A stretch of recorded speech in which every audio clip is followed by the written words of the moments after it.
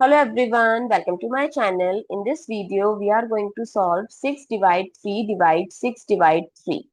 This looks simple, but still many people fail to solve because what they do 6 divided by 3 as 2 and 6 divided by 3 as 2 and 2 divided by 2 as 1, which is the incorrect answer and incorrect approach. Yes, you heard it right.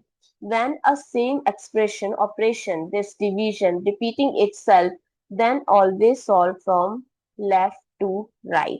Yes, people miss this step that we have to solve it from left to right, and they do this mistake and reached at wrong answer.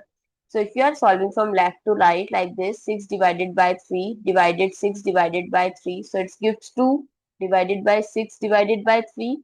Now again left to right, 2 divided by 6 divided by 3, so this gives 1 by 3 divided by 3.